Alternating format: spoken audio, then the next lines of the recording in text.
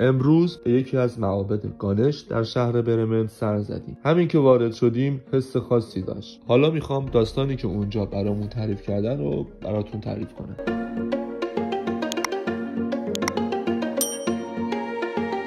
تصور کنید توی یکی از کوچه‌های پر از رنگ و عطر هند باستان ایستادید. صدای طبل و ناقوس از معبدها میاد و همه دارن اسم یک خدا رو صدا میزنن.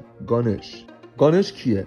خدایی با بدن انسانی و سری به شکل فیل، نمادی که هم عجیب به نظر میاد و هم شگفت انگیز. میگن روزگاری پارواتی، الهه مادر، از خاک بدن گانش رو ساخت و با عشق بهش جان داد. اون پسر نگهبان مادر شد، اما وقتی شیوا پدرش برگشت و پسر ناشناس رو جلوی در دید خشمگین شد و در نبردی سر گانش رو جدا کرد. پارواتی از غم زمین و آسمون رو به لرزه انداخت. خدایان ترسیدند و شیوا برای جبران نخستین سر حیوانی که پیدا شد سر یک فیل روی بدن او گذاشت. از همون لحظه گانش دوباره زنده شد، نه تنها به عنوان پسر جاودان پارواتی و شیوا، بلکه به عنوان خدای خرد، خوشبختی و آغازهای تازه. از اون روز هندی‌ها باور دارن که هیچ کاری بدون نام گانش نباید شروع بشه. میخوای خونه بسازی، تجارت جدیدی را بندازی، حتی یک کتاب بنویسی، اولش باید گانش رو صدا بزنی، چون اوست که موانع رو از سر راهت برمی‌داره. و جالبه بدونید که هنوز هم توی جشن‌های عظیم گانش چاتورتی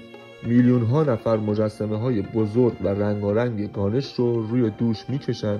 خیابون‌ها پر از موسیقی، رقص و دعا میشه و همه با صدای بلند میگن گانپتی باپا موریا، یعنی خدایا همراه ما باش.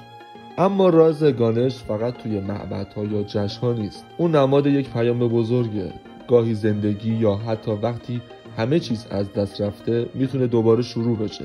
مثل گانش که با سری تازه خدایی تازه شد. پس دفعه بعد که میخوای کاری رو تازه آغاز کنی یادت باشه روح گانش یعنی شجاعت شروع دوباره، حکمت در دل سختی‌ها و لبخند در میان موانع.